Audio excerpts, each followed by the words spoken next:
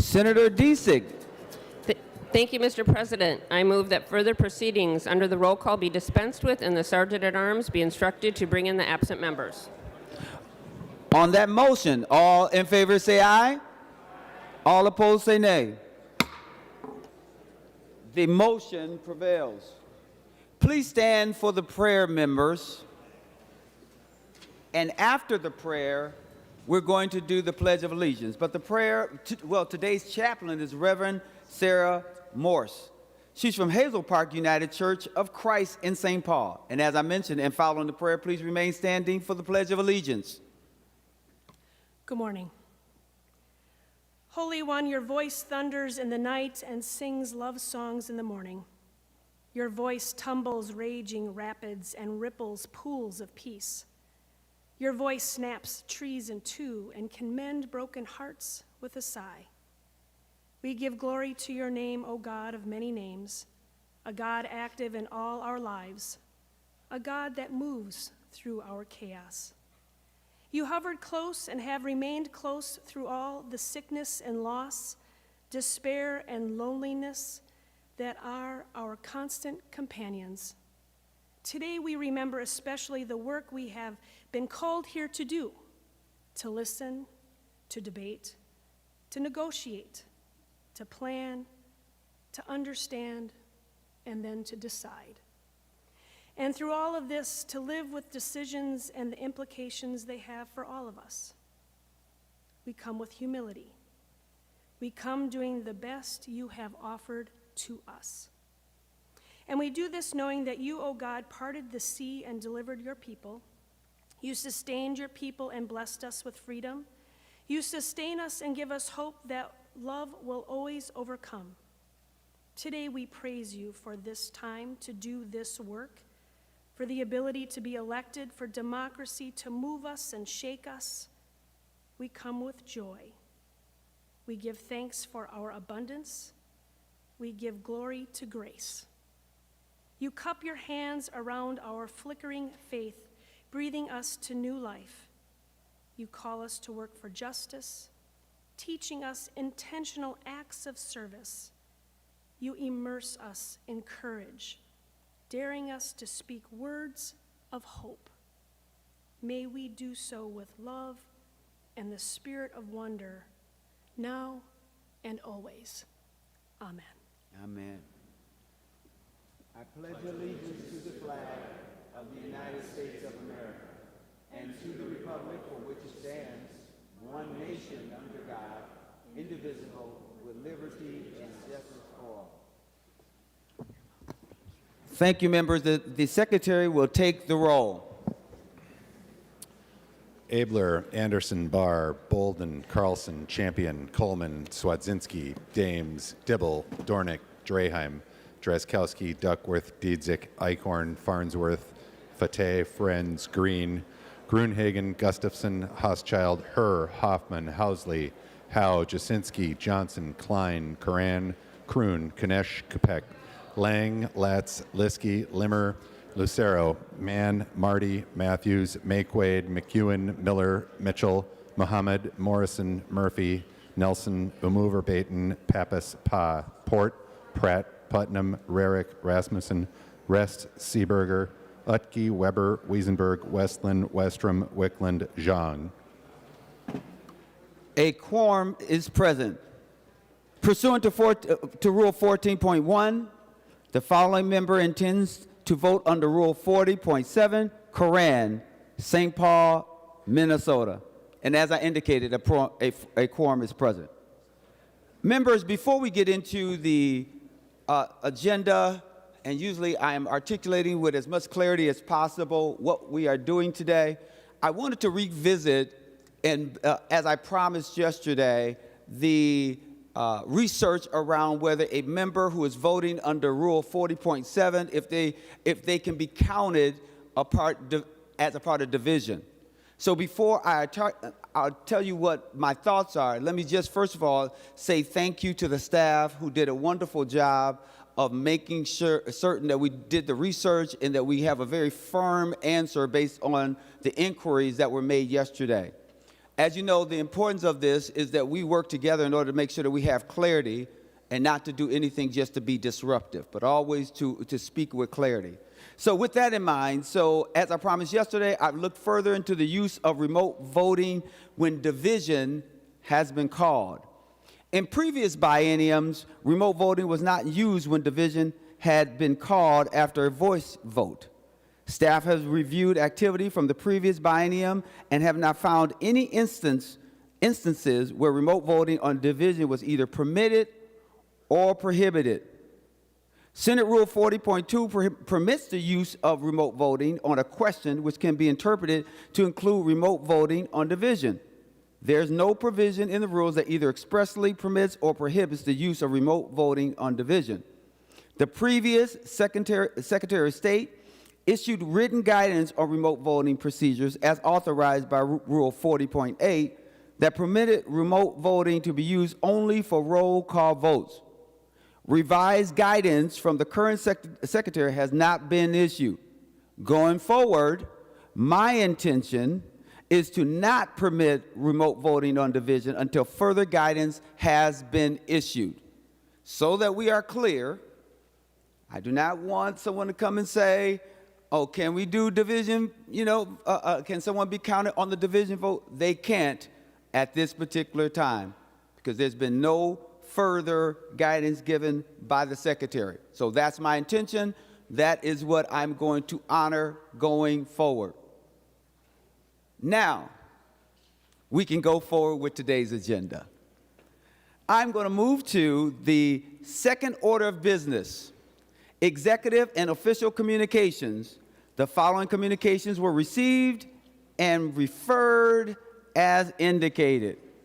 You can look in your agenda and you'll see those things that have been referred as indicated.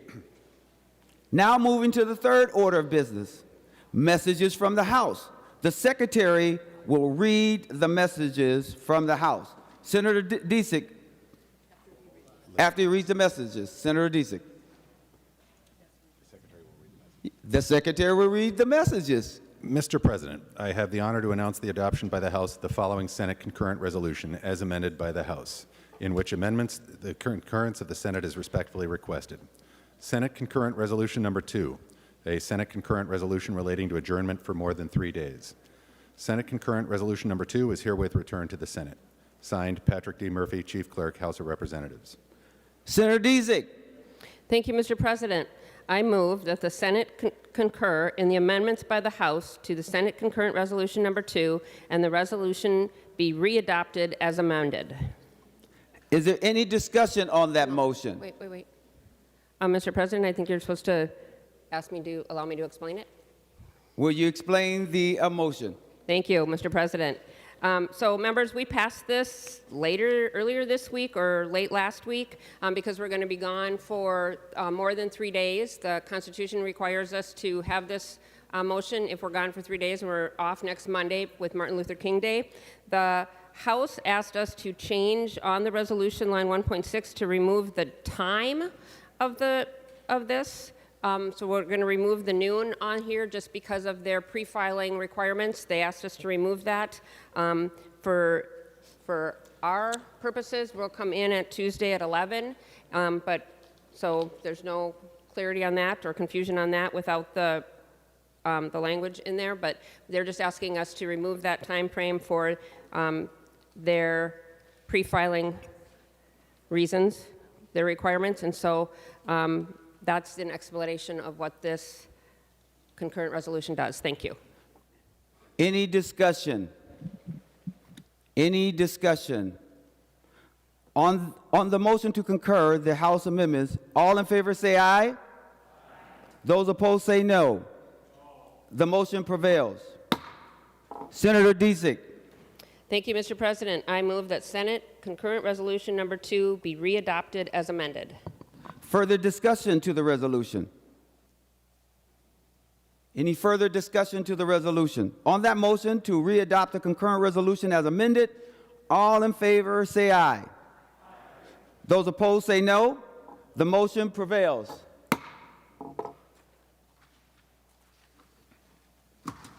The secretary will read the message.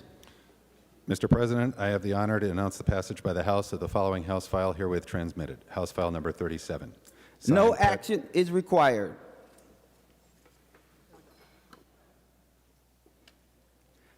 I'll now move to the fourth order of business, the first reading of House bills. The House files has been given its first reading and referred as indicated in your agenda.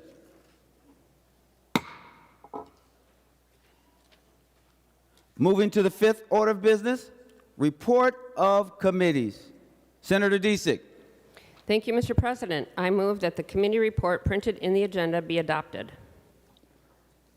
On that adoption of the committee report, all in favor say aye. Those opposed say no. The motion prevails.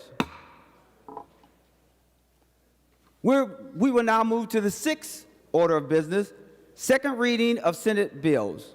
The Secretary will read the Senate file numbers.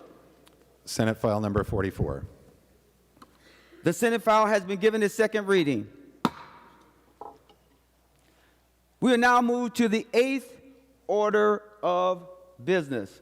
The bills listed on today's introduction calendar are given their first reading and referred as indicated. There have been some changes, and here are the changes. If you go to page 2,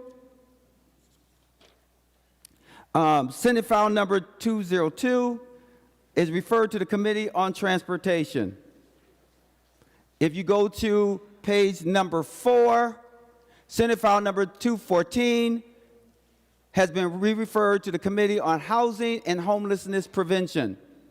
On that same page, Senate file number 215, it has been re-referred to the to the Committee on Housing and Homeless Prevention. If you go to page number 5, you'll see Senate file number 230. That bill has been referred to the Committee on Health and Human Services.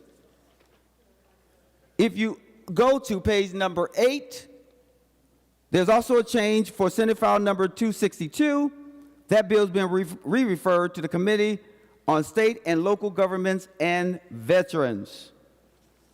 Last but certainly not least, if you go to page number 10, Senate file number 276 has been re-referred to the Committee on Transportation.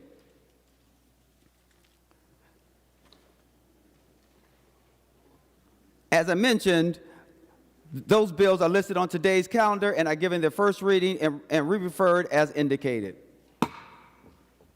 We'll now move to the ninth order of business. That, in particular, is motion and resolutions. We will adopt the author's motion as one motion, and you can see those motion and resolutions and the work that is being done.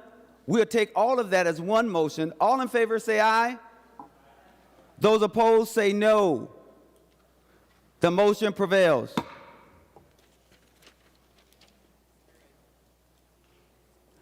We will now go to Senator Abler. Thank you, Mr. President. I have a motion. I don't think it should take quite as long as yesterday's motion. I would like to move that Senate File 127 be withdrawn from the Committee on Human Services and re-referred to the Committee on Health and Human Services. It's a bill about EBT card use, and it would make it possible for a person at a licensed facility to have some individual go on their behalf and use their EBT card. It more properly belongs on the Health and Human Services Committee. Thank you, Mr. President. A couple of questions, Senator Abler. Is this your bill, and did you talk to both chairs? Yes, yes, and yes. Thank you. All right, thank you. All those in favor say aye. Aye. All those opposed say no. Senator Lang. We will come back to the Senator Lang motion. Remaining under the order of business and business and motions and resolutions, Senator Deesick to designate special orders. Thank you, Mr. President. Pursuant to Rule 26, I designate the following bill be made a special order for immediate consideration. This is Bill Senate File 40. It's Senator Hochschild's bill, Iron Ore Mining and Related Industry Additional Unemployment Benefits Program Establishment. Senate File 40 is before us for consideration. Senator Hochschild. Thank you, Mr. President. Senate colleagues, I rise with a sense of urgency regarding Senate File 40. In my district, we have approximately 400 miners who have been unemployed since about May of 2022. Their unemployment ran out in approximately November of this last year. And as has been precedent in the past, I am looking for an extension of unemployment for those workers so that we can provide them some relief, some hope to stay in their communities and not leave. I want you to imagine for a second that you're one of these miners, that you shower after a hard day's work rather than before and put on your crisp suit like many of us do. I want you to imagine that you're proud of your work, but that one day it's announced, unbeknownst to you and at no fault of your own, that you're left unemployed. And just as the holiday months are approaching, just as the cold winter months and heating costs are coming up, your unemployment runs out. The legislature is not in session, and there's really nothing that's providing you that relief. That's what happened in my district to our North Shore miners in Babbitt and Silver Bay. And so I want to just thank, before I go on, my Senate colleagues and my House colleagues on the Iron Range delegation for coming together in a bipartisan fashion to look out for our workers on this issue. This shouldn't be a partisan issue. This is something that we have done in the past, and I look forward to us moving forward with that. This would provide a 26-week extension in those unemployment benefits. As I mentioned, for most of these workers, their unemployment ran out approximately around November, and it has been announced by Cleveland Cliffs that they may reopen in April. So to get these workers a bridge, a gap to fill, we would provide them that 26-week extension until April. And this is really, really important because in our rural communities on the Iron Range, there's not a lot of opportunities like this. It's not as if Target is laying off workers who can just go to Best Buy or Cargill. Up on the Iron Range, there are only so many opportunities to get paid what miners do, to get the benefits that miners do. And it is devastating to our communities if these miners lose hope. If they move away, if they take opportunities in the Twin Cities or in another state, that leaves our mom and pop shops, our grocery stores, and really the entire community at a loss because all of them are proud but also reliant on the mining industry for their lifeblood in their communities. So with that, I hope you can join me in passing an extension in unemployment for these workers. Let's get them to that date when this mine is hopefully going to reopen and keep a prosperous Iron Range. So thank you, and with that, Mr. President, I will yield for questions. Thank you. The bill that's before us is Senate File 40. Any discussion or amendments? Senator Pratt? Thank you, Mr. President. I'm waiting for a copy of the bill to be delivered to me, but I'm going to take just a quick moment. I want to thank Senator Hochschild for bringing this bill. When I chaired the Jobs Committee, I had the opportunity to go up to the range and visit many of these miners. Visited mines that were trying to get permits to open up and create jobs. Visited mines that were in operation. Talked to the labor representatives and the management of the mines about really what were the factors impacting them as they move forward. And it's as Senator Hochschild said, these are very good paying jobs. And let's not forget that the mining industry has been an extremely important part of our economy for well over a century. It's often said, and I think Senator Hochschild said it in committee, Minnesota Steel won World War II. Think about that. the steel that was mined, the ore that was mined to create the steel, won World War II. How different of a world would it have been if we weren't mining? Senator Hochschild, I do in fact have a lot of empathy for the miners that are up there that have been laid off for an extended period of time. And you and I have discussed that on several occasions, and I appreciate your willingness to do so. Mr. President, but with that, I would like to offer the A11 amendment. Senator Pratt offers the A11 amendment. The Secretary will report the amendment. Senator Pratt moves to amend Senate File Number 40 as follows. Page 1, line 16, delete January and insert September. This is the A11 amendment. Senator Pratt, to your amendment. Thank you, Mr. President. Well, as Senator Hochschild said in his opening statements, there are about 460 miners. I'm sorry, Mr. President, was that to me? No. Oh, I was just indicating to the pages that we need to make sure that the author of the bill gets his amendment right away because he was looking around for it. Thank you, Mr. President. That is why I was doing that. So sorry to disturb you. I'm glad that you're so observant. Senator Pratt. Thank you, Mr. President. You have my full attention. There are about 400 to 460 miners that have been impacted, that were laid off and their benefits have run out, and they have, in fact, been struggling to make it through. And you know, when we talk about unemployment benefits, we're not talking about a full wage replacement. What we're talking about is 50% of their standard wage. They're making about 50% of what they normally do. Many of the miners, it was mentioned in committee, Mr. President, that have gone and found other jobs at other mines, but some have been unable to. The original bill extended benefits until September 2nd of 2023. And that made some sense, Mr. President, and that not everybody was laid off in May, that some of these extended benefits may go a little bit longer. So Senator Hochschild initially had a date of September 2nd. In committee, he changed that date all the way to January 27th of 2024. So members, you might be wondering, well, what does that mean? Well, if you read Senator Hochschild's bill, someone can qualify for these extended benefits even if they're not laid off. We allow benefits, extended benefits, to someone who may be laid off 2 months from now.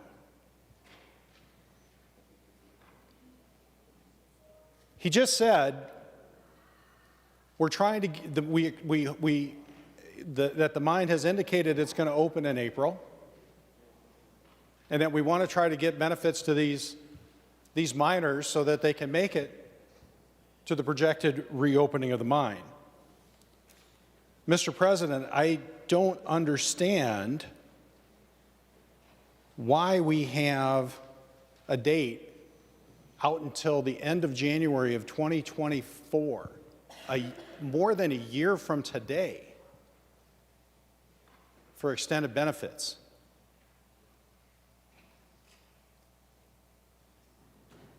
Members, I ask that, I think Senator Hochschild had it right when he dropped his initial bill.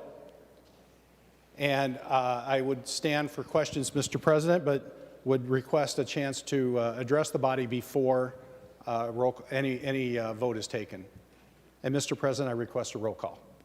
A roll call has been requested and a roll call vote has been granted. Senator Hochschild.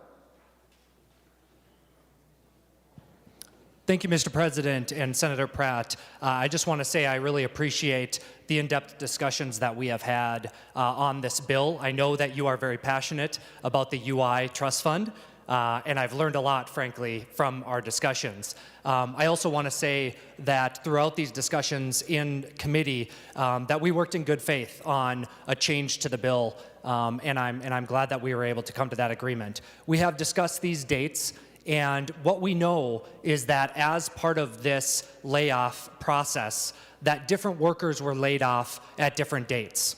That this is a fluid situation, as my colleagues, I would think, on the Iron Range delegation understand. Yes, Cleveland Cliffs has stated it's possible that the Cliffs mine at North Shore in Babbitt and Silver Bay could open in April, and let's hope, all of us, that that does in fact happen. But what these dates do is they provide the utmost flexibility for us to ensure that every miner and every contractor that we are hoping to cover get the coverage that they need and that they deserve. This was at the recommendation of DEED, whose experts look into these things and make these dates to ensure that using the UI data that they have before them, that we are covering the people that we need to. I trust their judgment. I trust that we can ensure that every worker that needs this relief gets that coverage. If my colleague would like to vote against this bill because of a technicality on dates, that is certainly his option. But what I would say is, my hope is we keep these recommended dates to ensure that all the workers that I want to make sure we cover and that I would think my Iron Range delegation colleagues want covered, get covered. Thank you. Any further discussion on the A11 Pratt Amendment? Senator Eichhorn.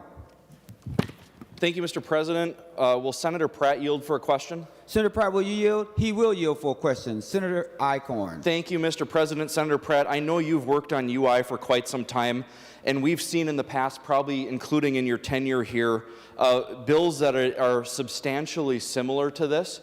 It is my understanding that from previous bills, and in fact, Senator Bach had started this bill before we knew who was going to be representing District 3, and he had started with the 13-week time frame because that was what he had done in previous situations where this exact same type of thing was happening, even if it was at a different mining facility. So I just wanted to ask you, Senator Pratt, if you know if the original dates that were mentioned are consistent with what we've seen before. Again, this is the first time I'm having an opportunity to vote on a bill like this, so I just wanted some clarity before we go to a vote on this amendment. I think it's important that we get it right, because as we're doing this, we do set precedent. Certainly all of us in this chamber, and I can speak for the whole front half of this body when I say all of us on the front half of this body support our miners, but we also have to support good policy as well. So if you could give me some clarity around that, Senator Pratt, I think it would be helpful. Senator Pratt. Well, thank you, Mr. President, and thank you for the question, Senator Eichhorn. Typically, we do 13-week extensions. In 2020, during COVID, we did a 13-week extension of benefits that allowed many of our construction workers to make it through the winter and into the March and April time frame.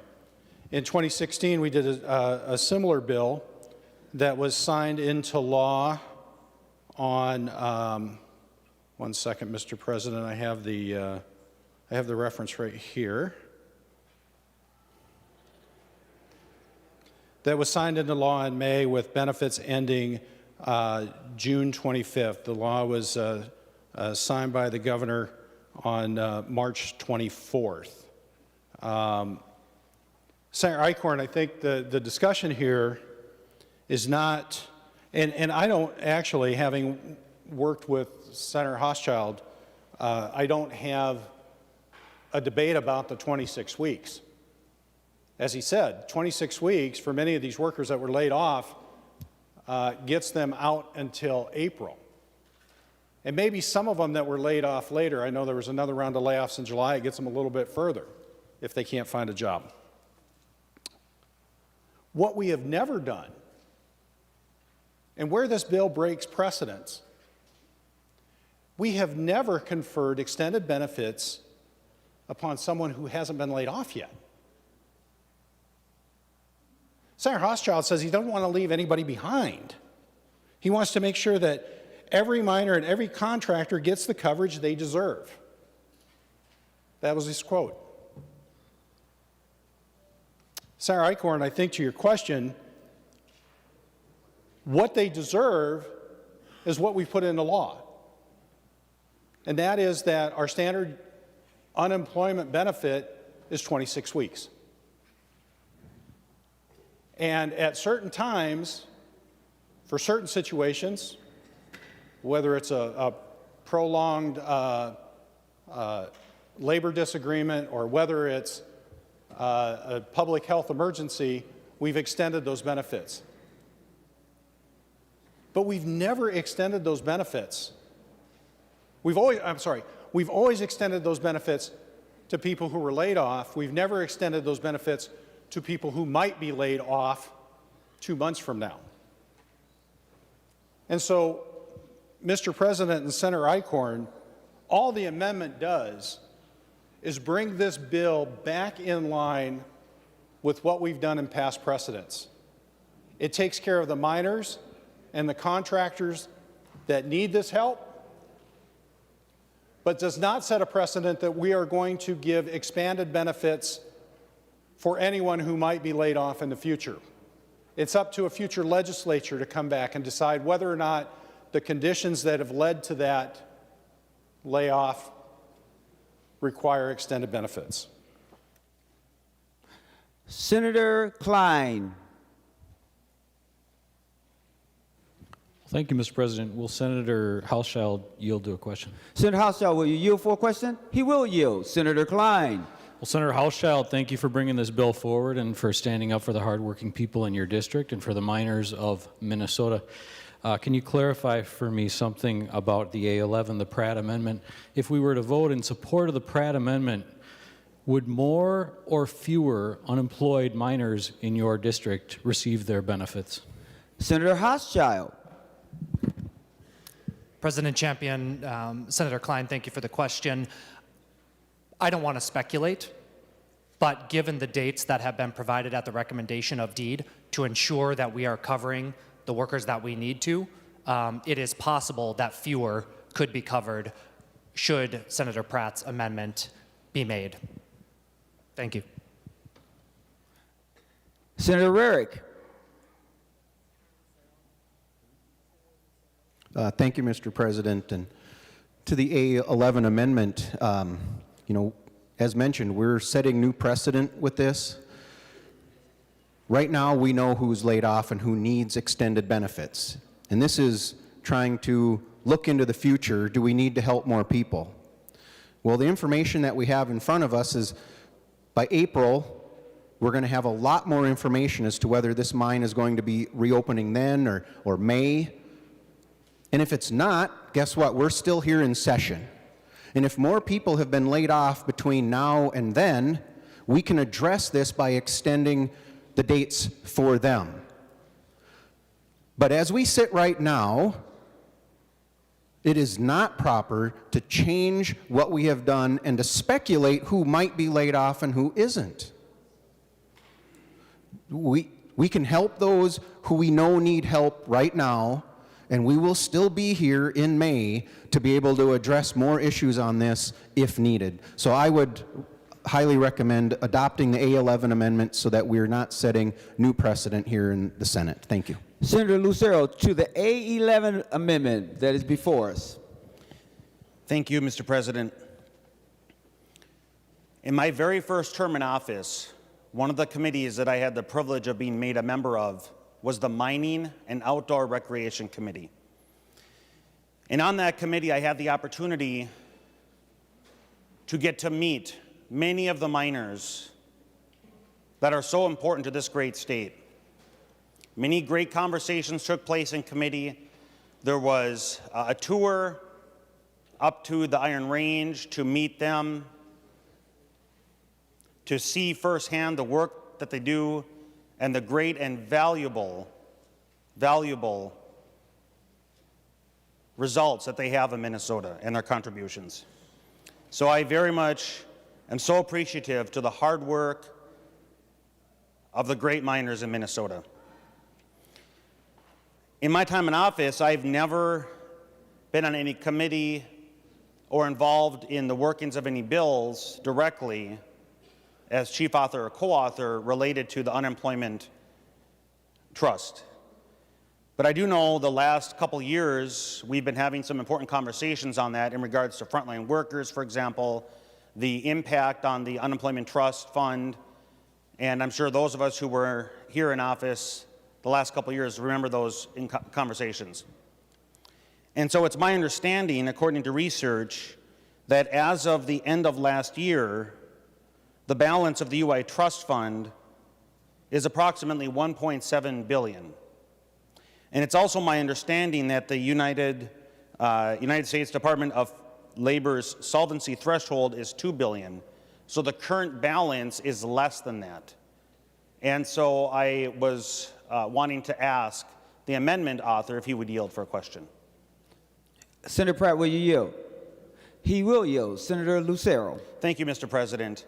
And Senator Pratt, not being involved, as I had mentioned, in in-depth conversations, and as I'm considering your amendment and the dates, and as I'm listening to the conversations, can you just help explain how dates that go so far into the future as the bill is currently drafted, and how you're trying to bring the dates a little bit more narrow and more focused, and how that would impact the potential current balance, the threshold, that the guidelines that the Department of Labor has, and just the overall relationship of that balance and solvency. Senator Pratt.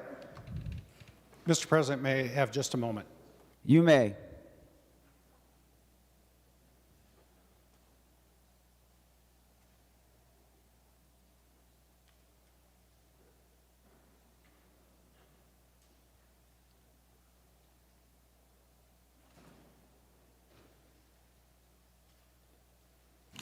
Senator Pratt. Thank you, Mr. President. Senator Lucero, the current estimate for the cost of these benefits to the unemployment system is about $10.3 million.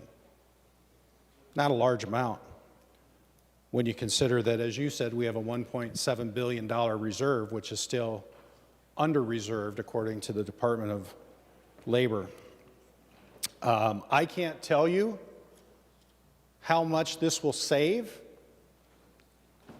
because what the author has still not addressed is how many we know how many miners have been laid off. And according to his, with his original bill, and I actually printed out the calendar, counted out the weeks, for those miners that have already been laid off, the unemployment benefits effectively end around September. So what this bill contemplates is that we're going to extend the eligibility for benefits, but we don't know how many people are going to be laid off, because this, as it currently stands, is extending benefits before someone's even applied for their initial benefits. Is that 2 people? Is that 10 people? Is it 400 more people? I don't know. Thank you. Senator Lucero. Thank you, Mr. President, and thank you, Senator Pratt, for that. And I am wondering if the bill chief author would yield for a question. Senator Hochschild, will you yield for a question? He will yield for a question. Senator Lucero. Thank you, Mr. President. As I've been listening to the description of the bill and the impacts, some of the words that caught my attention in regards to Cleveland Cliffs is that they may, I heard Mr. President, the chief author, use the words may reopen in April, and then also could reopen in April. And while I have met the miners, and again, as I had mentioned, being a member of a former committee, I'm not well versed in the variables that all go into the mining industry. So what I'm wondering, as Mr. President, as I'm considering the bill before us and the amendment before us, if the bill chief author could just explain and help articulate what are the variables that lead to the word could and may rather than certainty and will reopen. Again, just helping me to understand what might prevent the mine from reopening. Senator Hochschild. Thank you, Mr. President and Senator Lucero. I want to make a couple of points here. First and foremost, if any of these workers go back to work, they would not qualify for unemployment, nor would they qualify for extension in their unemployment.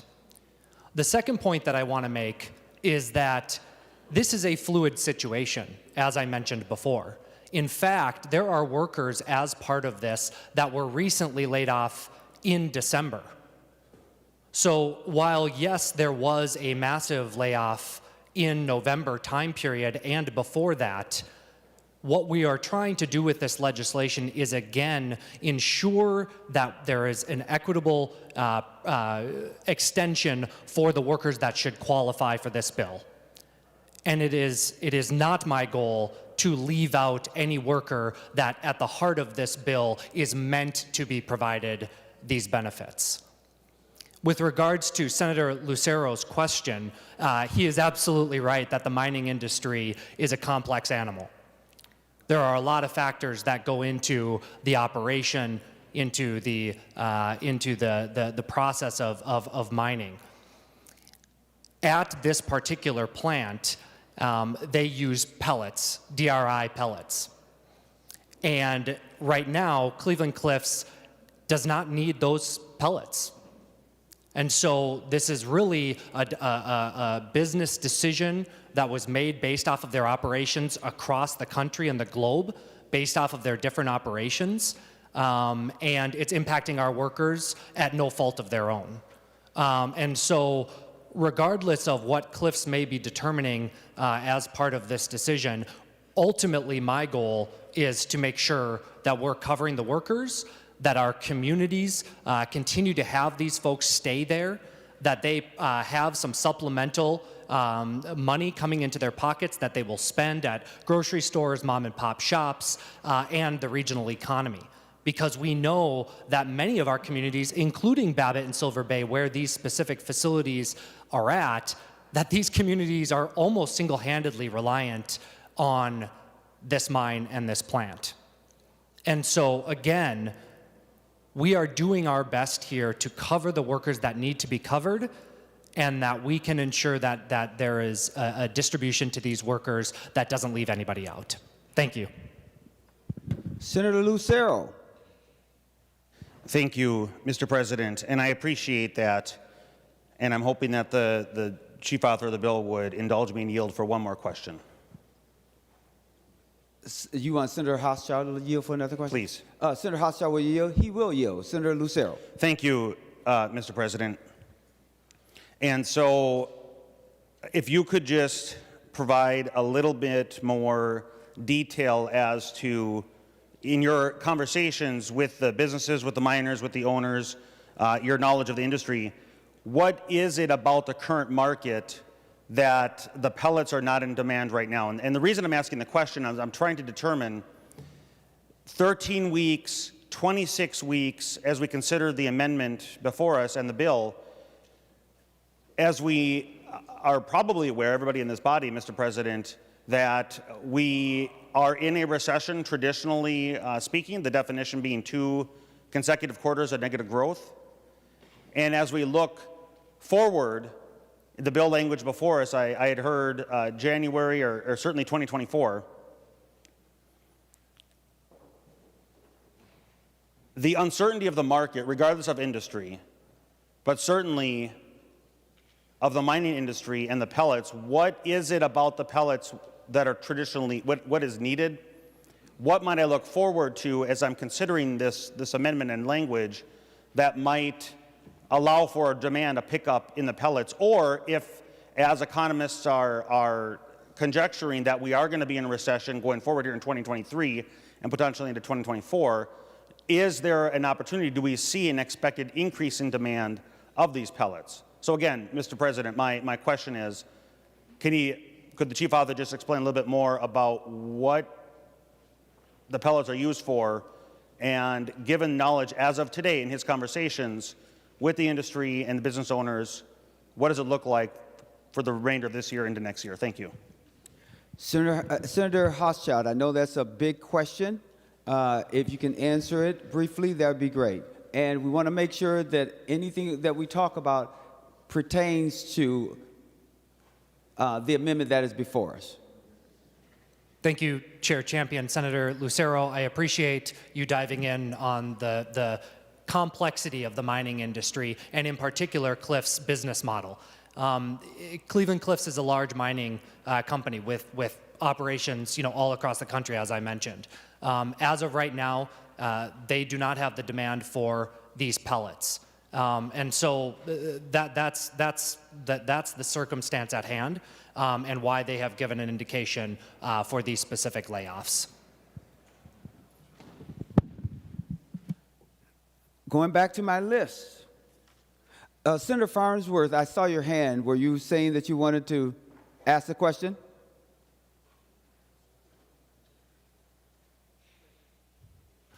Thank you, Mr. President. Actually, I wanted to comment about the amendment if they're done. Yes, they're done. That's why I'm recognizing you. Okay. All right. Well, thank you. And I haven't congratulated you on your position as president, although seeing what you go through, perhaps condolences would be more in order.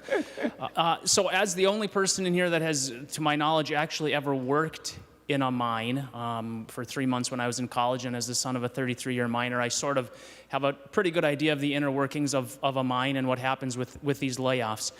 And I think that we have to understand that the scale of the equipment, so when a normal business closes, lays off, whatever, people just, clean out their lockers or whatever and go home.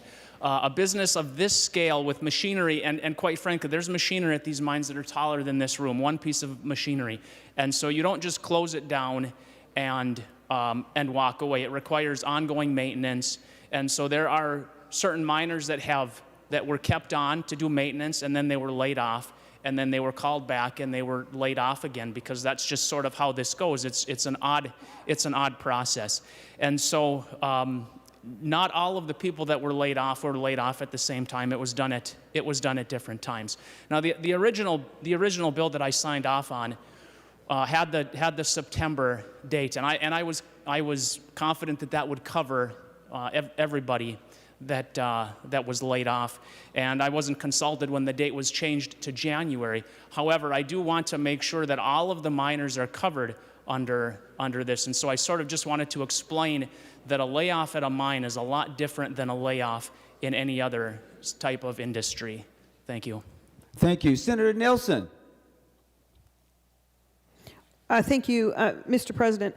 I just have a couple basic questions about a few provisions in this bill. I'm going to ask the question first and then decide maybe who's the right person to ask to yield. I noted that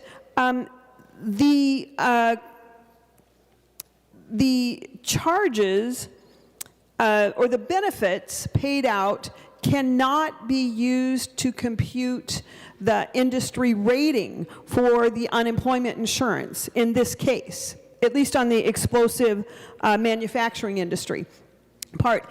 And my question is then, well, then who does pay for, then whose rating is adjusted to adequately compensate for the unemployment insurance additional benefits that we are discussing today?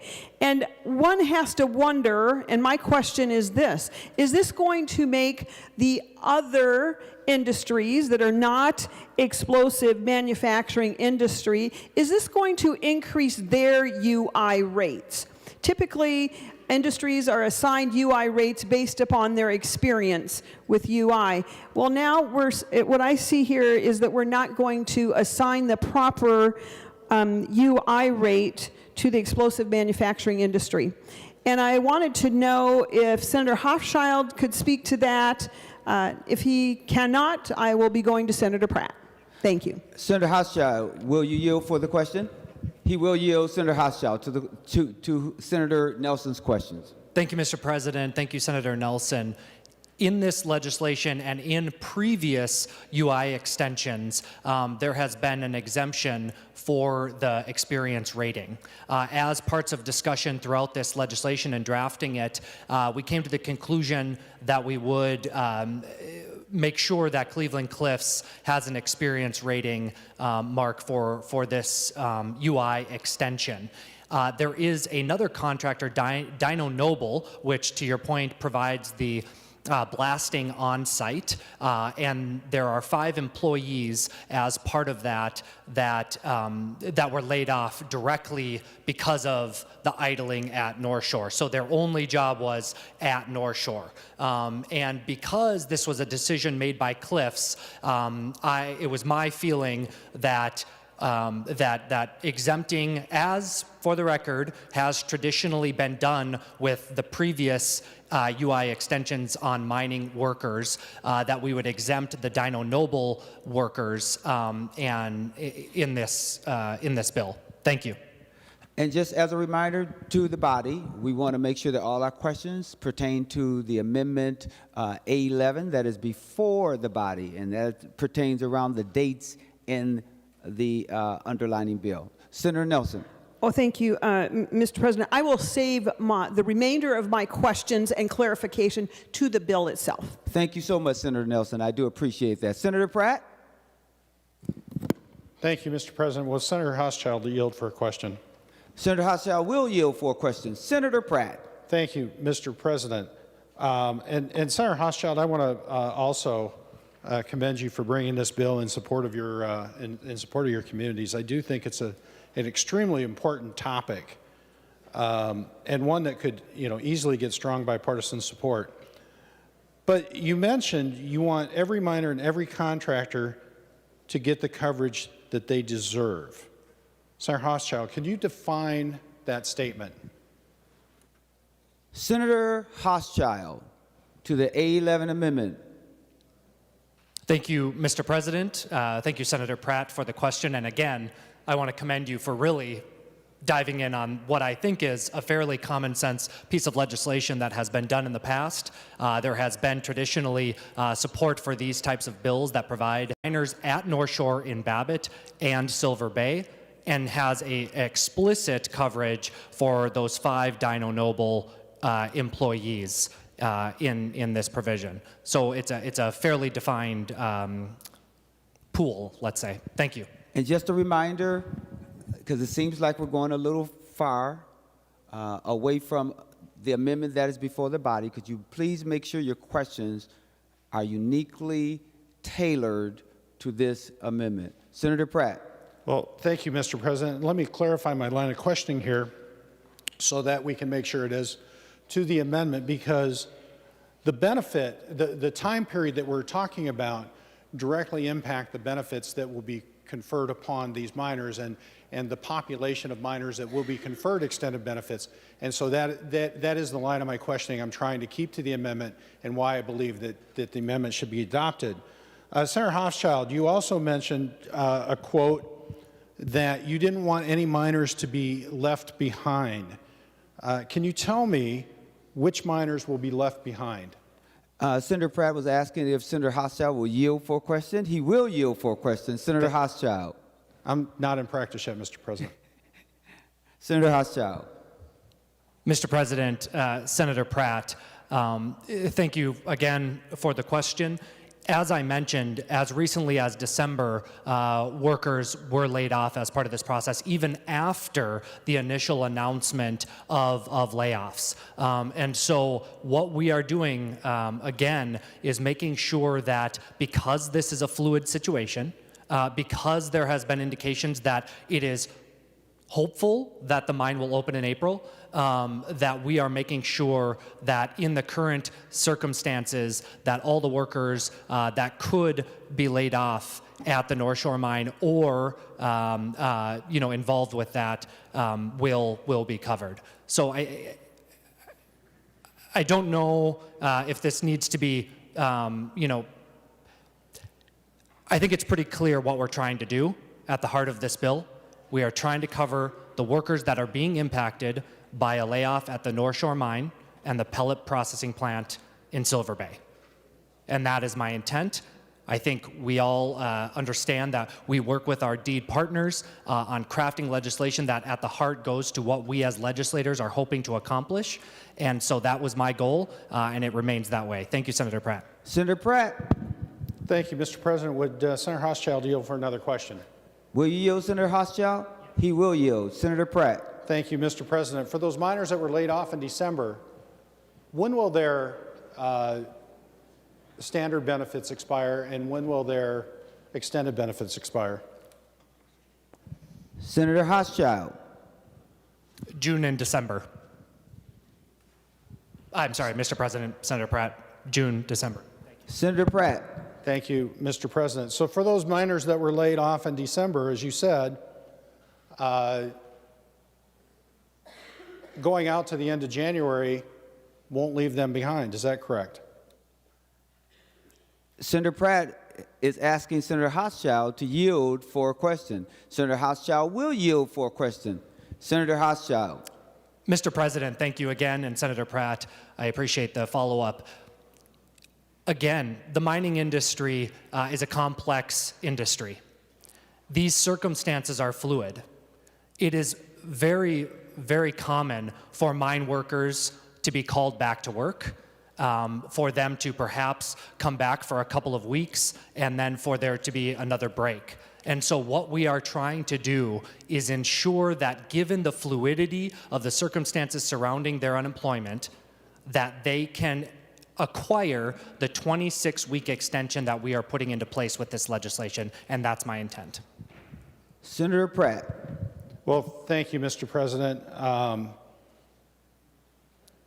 Mr. President, as you know, as we've talked about, I understand the complexity of the mining and going on and going off, but the fact of the matter is, Mr. President, that we are talking about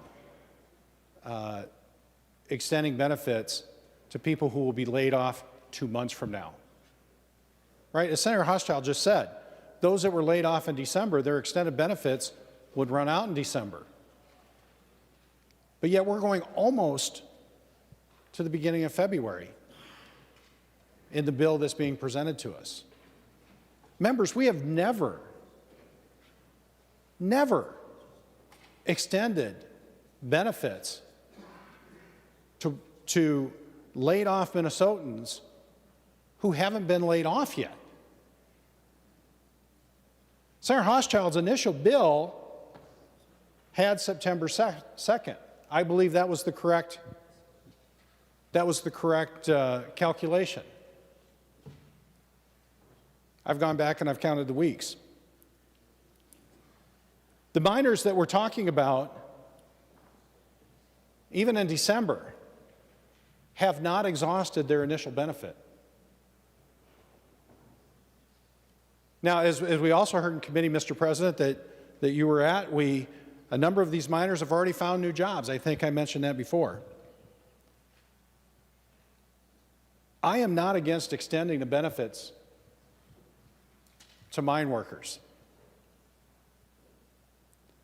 But, Mr. President, we should not be setting new precedent to extend benefits on someone who might be laid off in the future.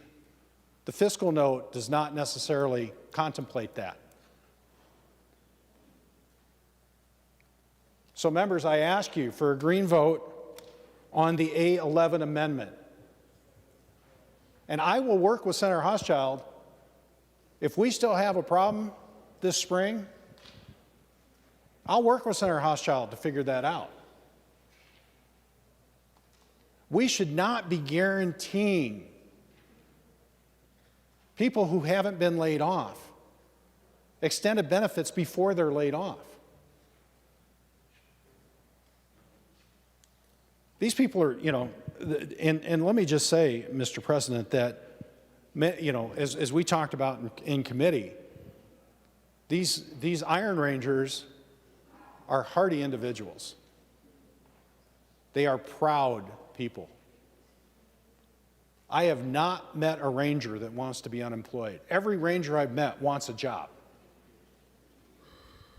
So I don't think there's anybody there that's trying to abuse the benefit at all. But I am saying, Mr. President, is that we should not be breaking past precedent by extending benefits beyond those that are already in the system and already collecting and have filed, because we know what the need is there. And we don't know what the need is going out until March 4th. As I said to Senator Lucero, I don't know if it's 4 workers or 400 workers that might be out there, which will have a dramatic effect on this fiscal note. But if we confine it to those that are laid off today, and providing those March 4th layoffs with maybe an additional week or 2 of benefits rather than 26 weeks of benefits, we will get much closer to what that cost is. And Mr. President, we will have a much better discussion later in the spring if those benefits need to be extended further. Any further discussion? Senator Pappas. Mr. President, I'd like to impose a call of the Senate for the remainder of Senate File 40. The Senate is under call.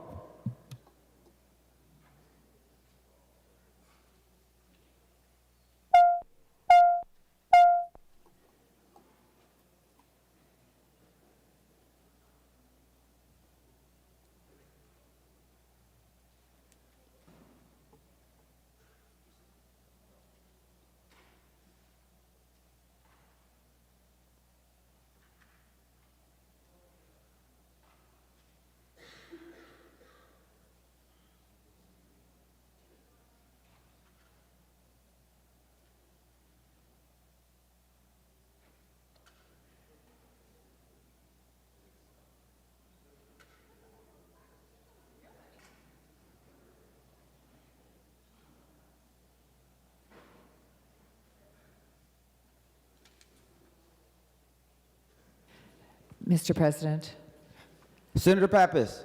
I move that further proceedings of the roll call be dispensed with and the sergeant be instructed to bring in the absent members. On that motion, all in favor say aye. All those opposed say nay. The motion is adopted.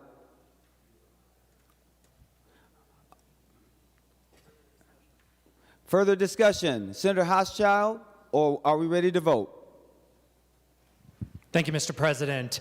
On different occasions, whether it was the layoffs that occurred in 2000 or layoffs even that happened in 2016, there is precedent for not having a layoff date and for extensions to go as far out as 4 years.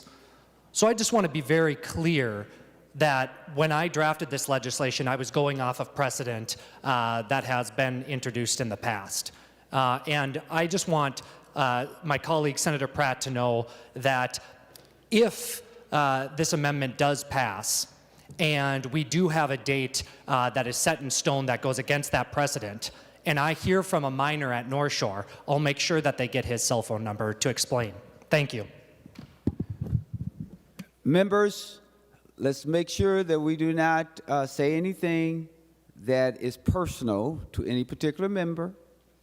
I know that this is a very important issue, but I want to just create decorum in the body. All right? So let's just make sure that we keep all discussion about policy. Now, with that being said, before we vote, I'm going to Senator Putnam, if you still have a question, or are we ready to vote? Seeing no further discussion, a roll call was not requested. Oh, it was? I don't see it on here. Did you request a roll call? Mr. President, yes, I'd like a roll call. Thank you. Okay. All right. I didn't see it on the board here, so thank you so much. Seeing that a roll call has been requested and a roll call granted, the secretary will take the roll.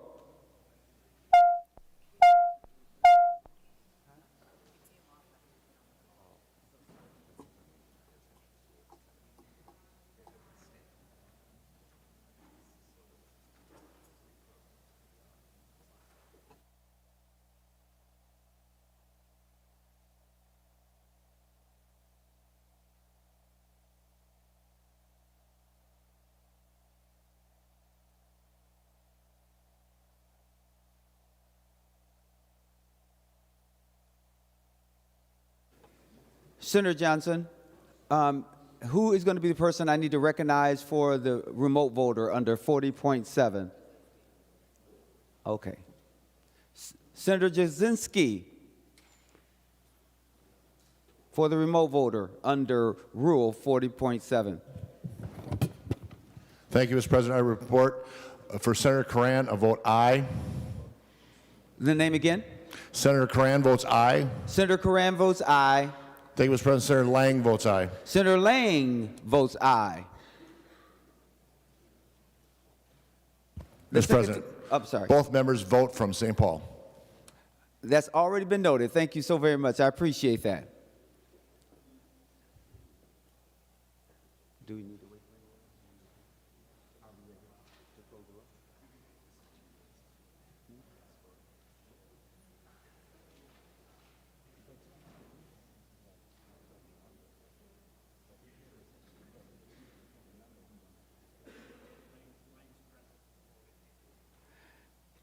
A change, Senator Lang has now joined us. So he's not voting under Rule 40.7. So he has now been accounted for. Thank you so very much.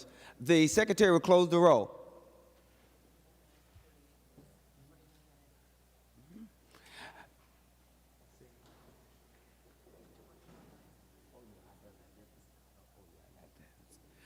Thank you so very much. Now that it's closed the roll, there's been 29 ayes and 38 noes. The amendment is not adopted.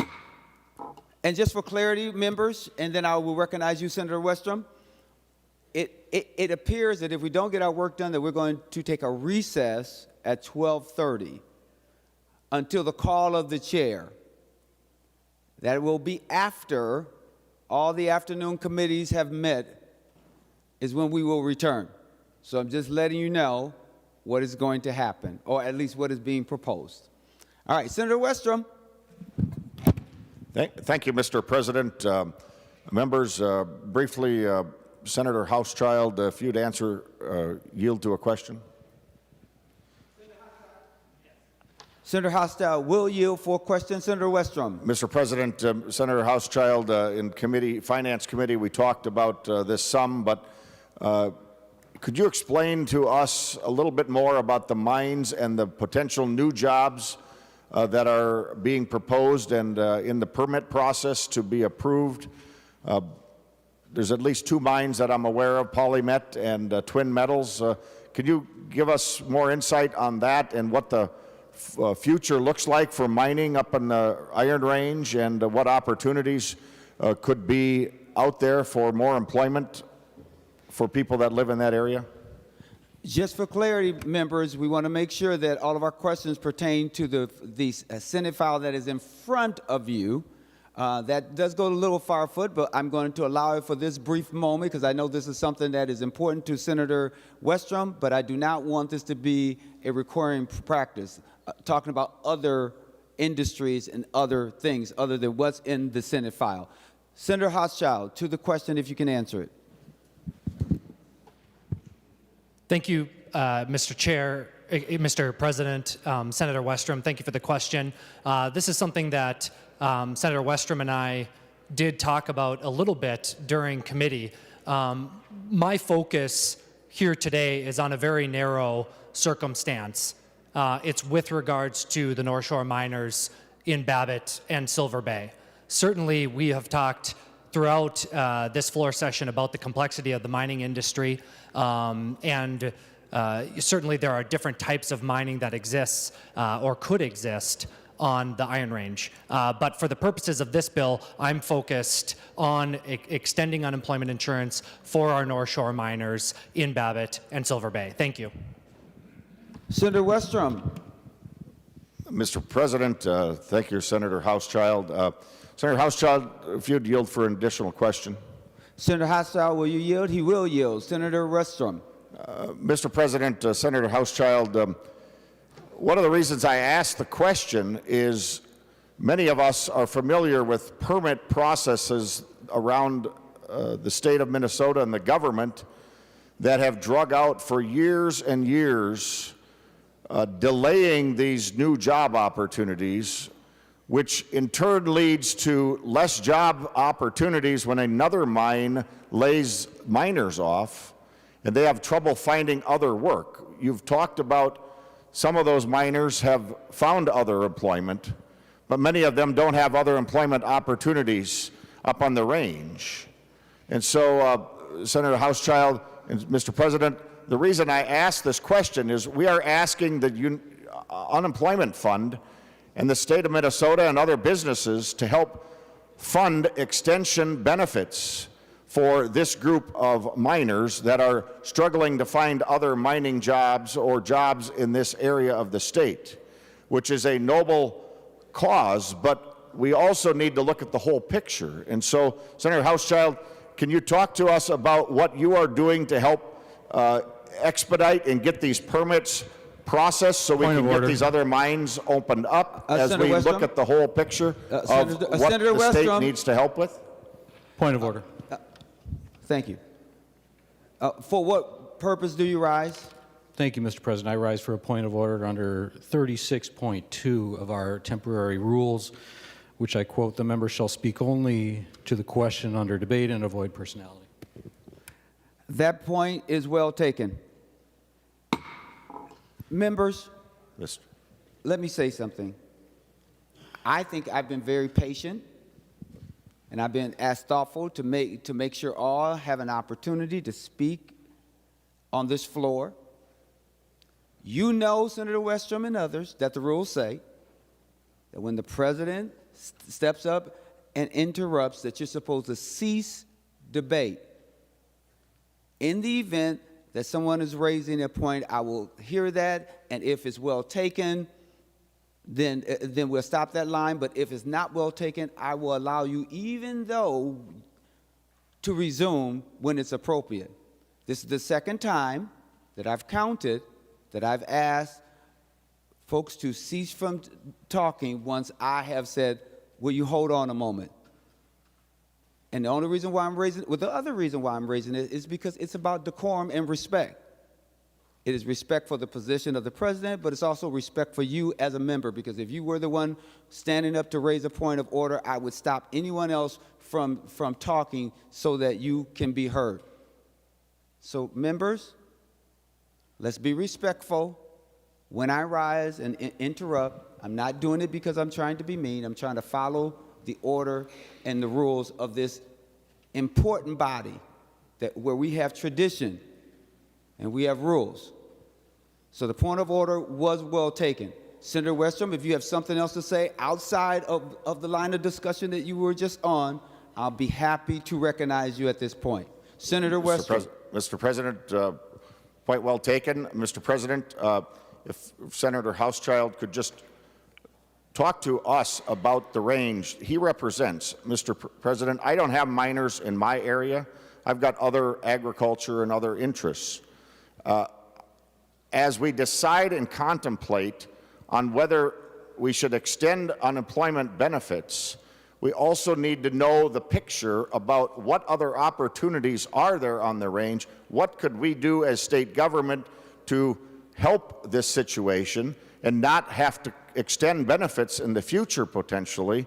And so it's all relevant to the discussion, because we are asking taxpayers for an extension of benefits, and that's not the only solution, and it's appropriate that we talk about the whole picture of what's affecting these miners that he's talked to us about that aren't able to find other jobs because there's a limited number of jobs up in that area. So I would just like to have that discussion on the floor and know what the future looks like for this range and the need for this temporary extension. If Senator Hauschild would give us that information as he works intimately with this, because it's his district, it's his area, they're the ones mining. And so that's what I was interested to find out from Senator Hauschild. Senator Klein. Yeah, again, on my point of order, Mr. President, which you have ruled on, I believe we're simply pursuing the same line of interrogation through different language, but you have already adjudicated that this is not an appropriate line of questioning for Senator Hauschild, and I would ask that you reinforce your affirmative ruling on the point of order, and Senator Hauschild not be asked to yield. Mr. President, advice? To that point of order, so that I can deal with that, and then I'll come to you, Senator Lucero, is that I did say that the point of order was well taken, so we are not going to continue that line of question. Therefore, there is not a requirement for Senator Hauschild to respond to Senator Westrom. If Senator Mr. Westrom President, wants I'll just appeal the ruling of the chair and ask for a roll call. There's been an appeal of the president's ruling. Would you like a roll call vote? Roll call vote has been requested. Roll call vote has been granted.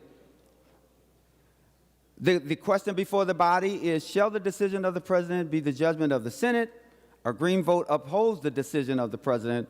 A red vote to overrule the decision of the president. The secretary will take the roll.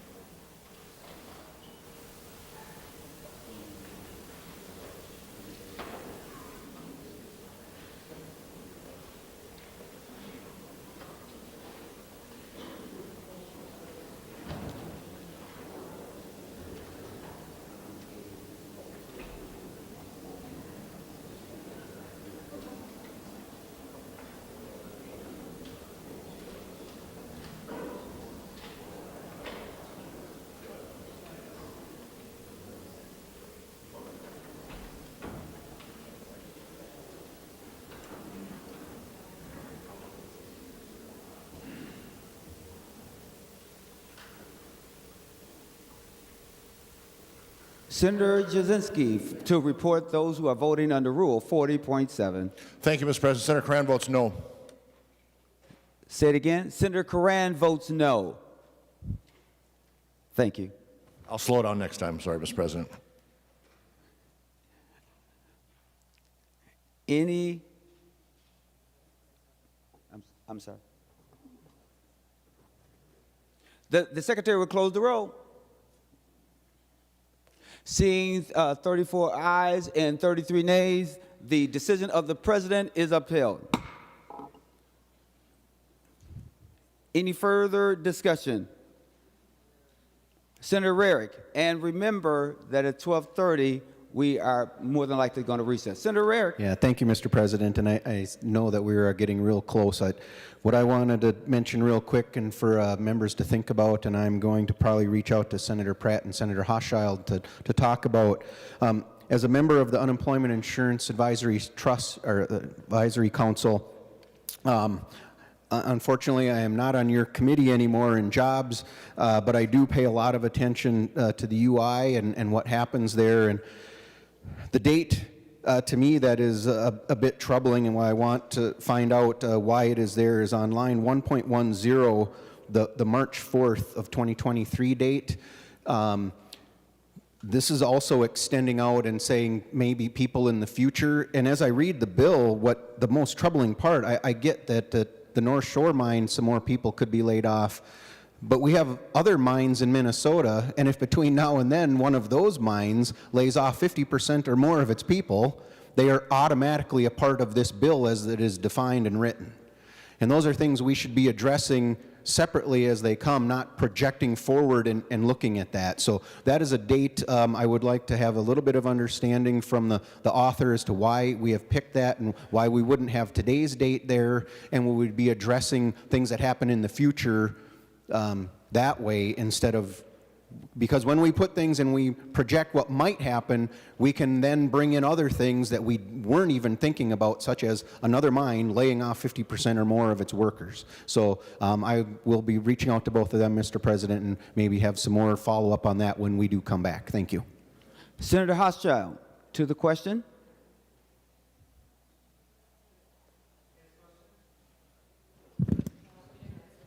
Mr. President, can I ask a clarifying question? Are you asking me to respond to Senator Rarick? It was my understanding that he was asking the question of wanting the author, even though you did not ask him to yield for a question, to answer your question that was limited. Is my understanding correct? Mr. President, I was just letting you and the body know that I'm going to be talking with Senator Hochschild and Senator Pratt in the meantime, but just to give everybody that heads up as to that discussion is coming. Thank And you. may I ask the body, anyone else has an amendment before we go to the third reading? And then you can definitely talk, and I will recognize Senator Nelson if you want to do that after third reading. I just want to make sure I give you that respect. Senator Eric? Thank you, Mr. President. I would appreciate that we wait with third reading until after I've had a chance to have this discussion, because it may lead to an amendment of this date of March 4th, 2023. So, Senator Eric, I want you to know that I'm moving swiftly at this point. So if you want to go have a conversation with him, or if you want him to yield for a question and you ask him the question, and then you can determine whether you want to craft an amendment or not. So do you just want me to go on and you can go back there? That sounds good to me. Any further discussion? Senator Nelson, you want to talk now? Sure, Mr. President. I'm Thank you. always glad to get my questions out there. Well, the question I have is one I broached earlier, and that has to do with the fact that this bill does not apply the experience rating to the explosive manufacturing industry for these extended unemployment benefits. But my question is, to whom is that experience rating now with the extended unemployment benefits? I want to know, to whom is that cost shifted onto?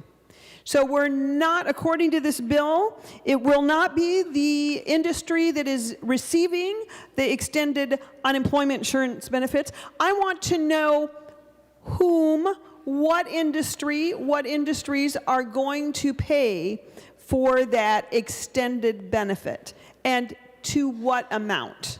And I will ask, I will start with the bill's author, for if he might yield to answer that question. Senator Hochschild, will you yield to a question?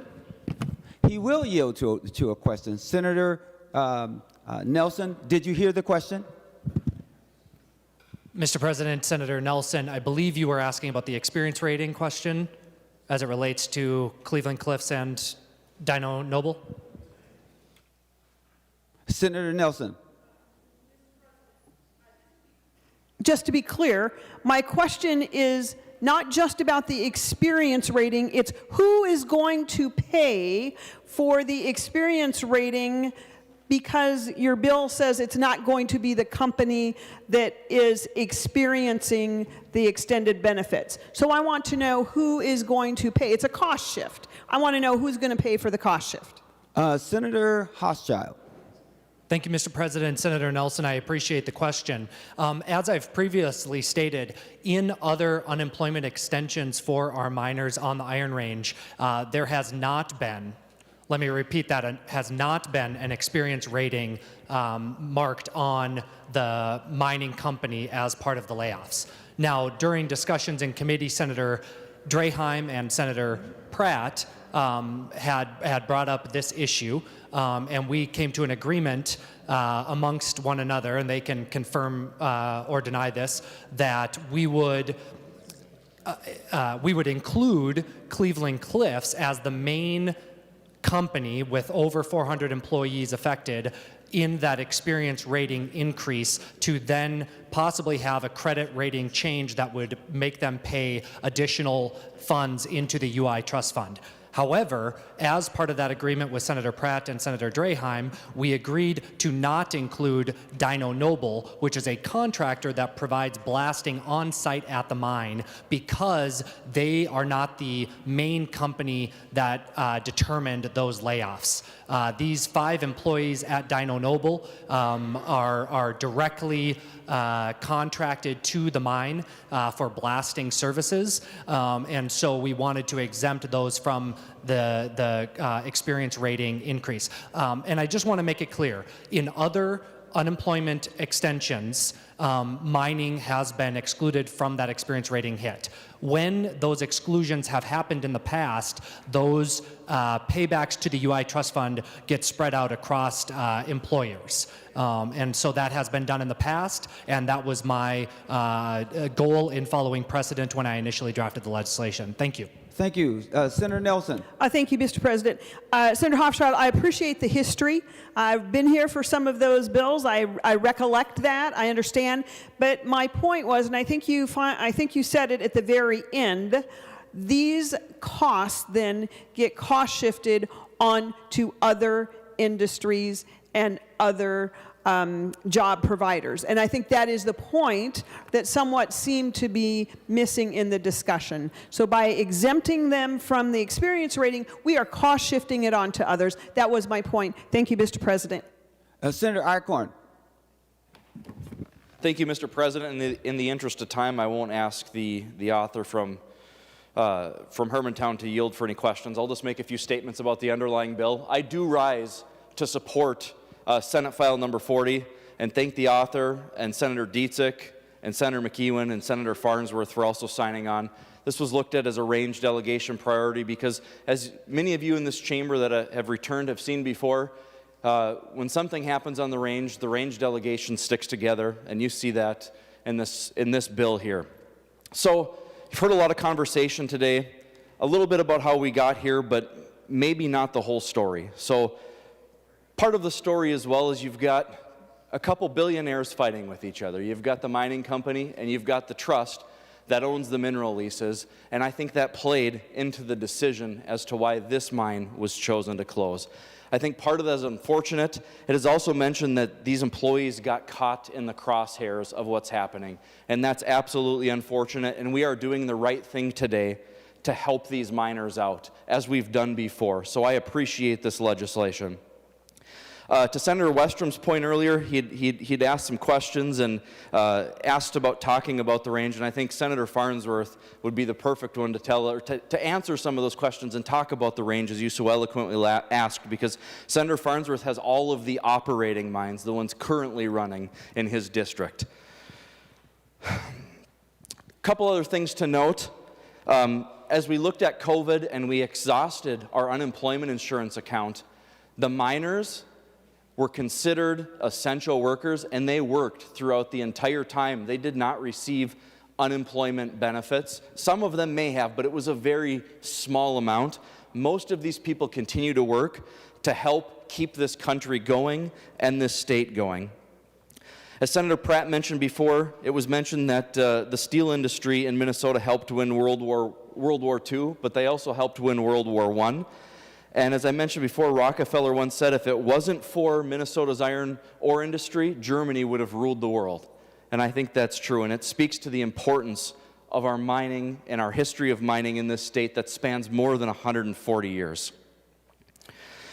We've seen before how these mine workers have stood up arm to arms with other people in the trades to stand up for jobs in northeastern Minnesota.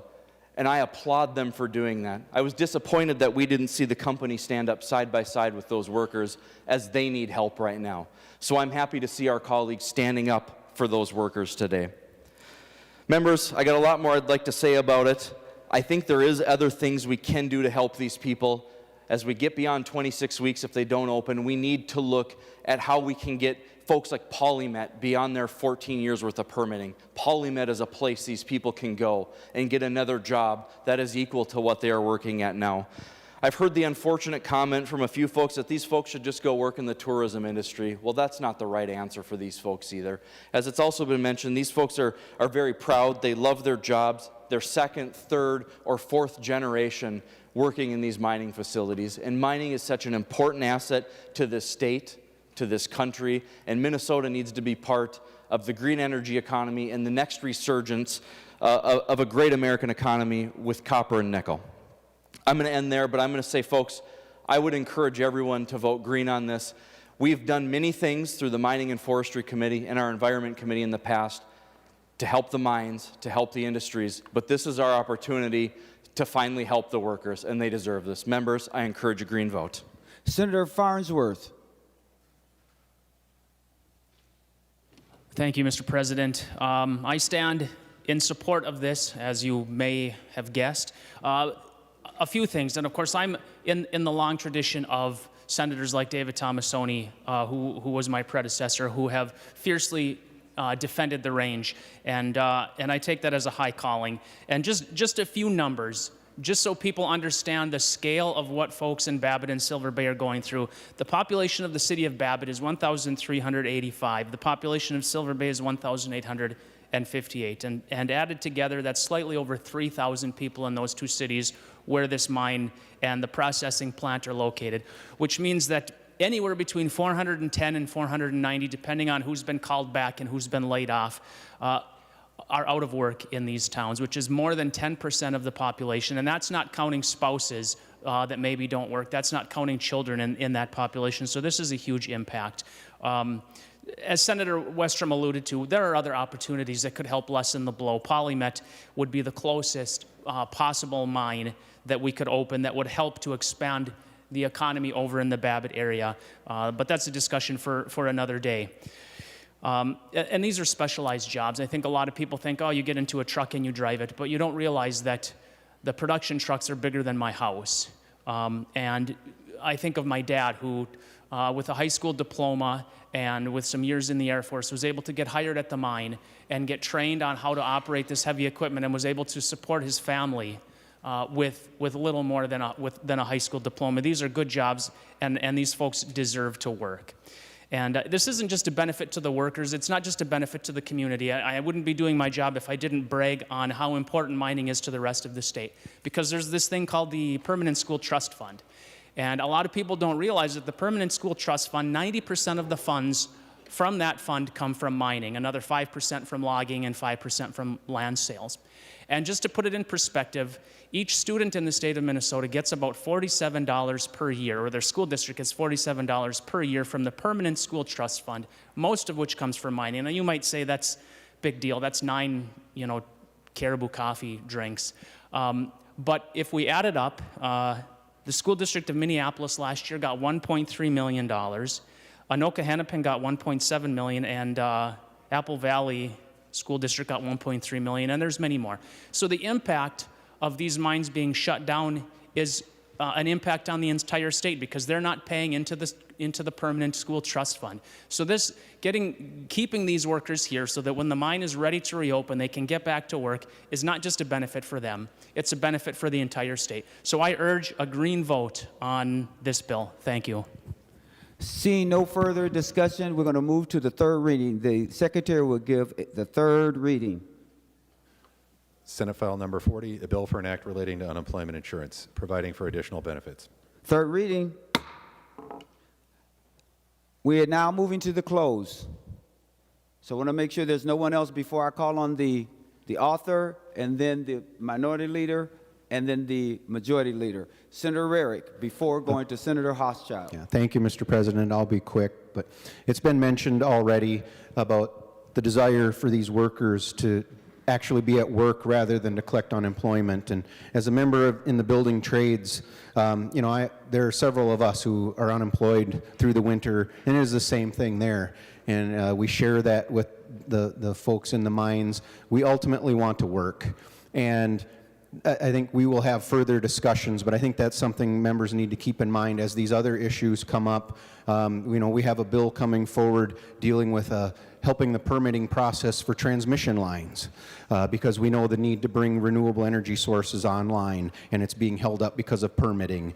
And so this is an issue that is going to come up, and when we buy resources from other areas of the world that don't follow the protections we have and the worker protections that we have and pay the wages we have, that is all an impact. And so that's what these folks that we're talking about today, that's what they bring to Minnesota, that economic drive and actually mining things in a better way than they do in other parts of the world. So I'm glad we're helping them out today, but there's a bigger discussion to be had, and I hope everyone is ready for that discussion. Thank you, Mr. President. Thank you.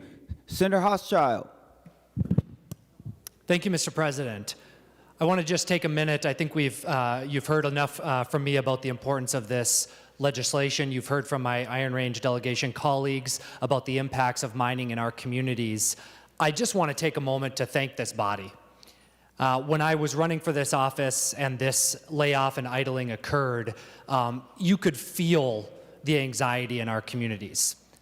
For those of you on the committees that this bill came before, you heard from the mayor of Silver Bay talk about the impact, not just on the communities and the mine workers themselves, but our schools, our hospitals. You also heard from the chamber, a local chamber president in our region, talk about the impact on businesses. You heard from a steel worker talking about the perspective from labor and miners about what this does to our workforce and to our workers and their families. And lastly, you heard from a retired North Shore miner who has family members who are part of this layoff. It is really important that we pass this piece of legislation to give that piece of hope to our miners in the Iron Range. And again, I am just really humbled that this body is moving forward with this legislation as our second piece of legislation, because this will provide that lifeline to our Iron Range workers, and I can't thank you all enough. So thank you so much, and with that, we can move to a vote. Senator Johnson. We can move to a vote in just a moment here. We've got a few words. So, no, we're looking forward to voting on this bill. This is a bill that really helps the economic fabric of communities like Babbitt, but in reality, this is a Band-Aid. We need more security in these areas, and one of the ways that we do that is getting more variety of businesses there. One of the things that we can be doing, like Senator Westrom was mentioning, was the permitting issue. That's something I hope that we as a body can be addressing so that these miners have opportunities that go far beyond just one employer within the community. Look, whether it's in northeast Minnesota, Talon Metal moving their factory on over to Bismarck, or in northwest Minnesota where we have Epitome Energy moving their companies on over to North Dakota, because the permitting and regulatory processes we have in this state are driving those businesses out. How do we get security in this state? I think one of the issues we need to work on as a body is a regulatory problem. But that's going beyond this bill, and I know that's been ruled on a couple of times today. So what I want to say is I'm looking forward to voting green, supporting our mining community, supporting our mining delegation, and really making sure that communities like Babbitt continue to thrive going forward. Thank you. Senator Deasy. Thank you, Mr. President, and thank you, members, for the very thoughtful and respectful conversation today. I urge you all to vote green to help our workers, their families, and their local economies. Thank you. The Secretary will take the roll on the final passage of Senate File 40.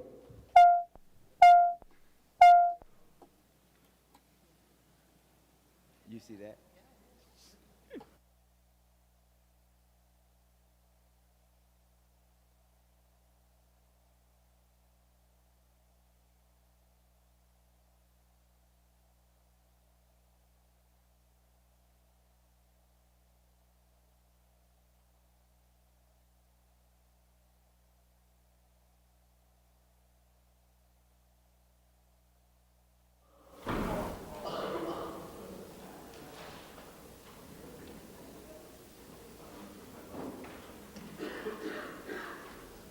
Senator Jasinski to report those voting under Rule 40.7.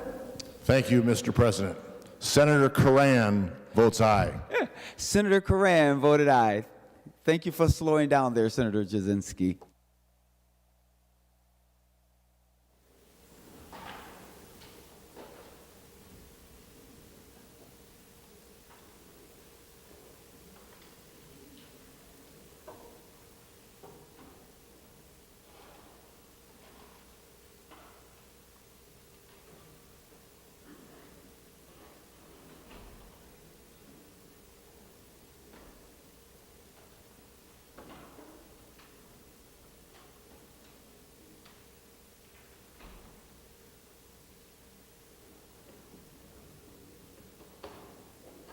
The Secretary will close the roll.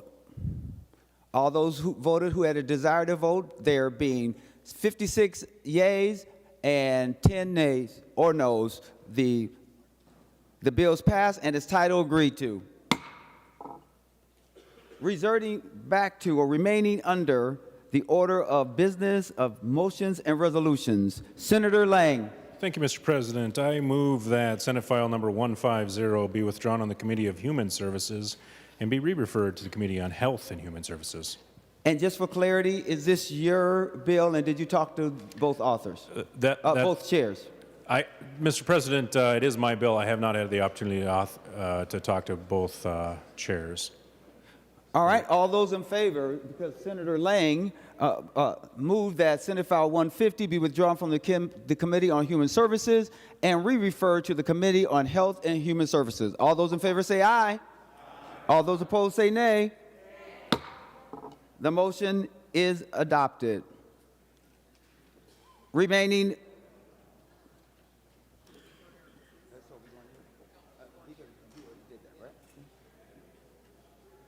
members, we will proceed to the 13th order of business, announcement of Senate interest. Any announcements of Senate interest? Senator Duckworth. Mr. President, thank you. I'll be briefly, and I'll share more information next week. But as members are looking to finalize your calendars next week, and if there are any legislative assistants watching, please block out 12 p.m. to 1 p.m. on January 18th as a civility caucus kicks off with the luncheon. More details to follow. Just please make sure you block that off for next week. Thank you. And just so you know, there are no excuses reported to the desk. Senator Disick. Thank you, Mr. President. I want to remind members and staff that the nonpartisan legislative staff fair is taking place right now, 12 to 2 p.m. in the vault. They worked hard on this, and so encourage you to stop by. Any announcements pertaining to committees? Senator Umu Verbatim.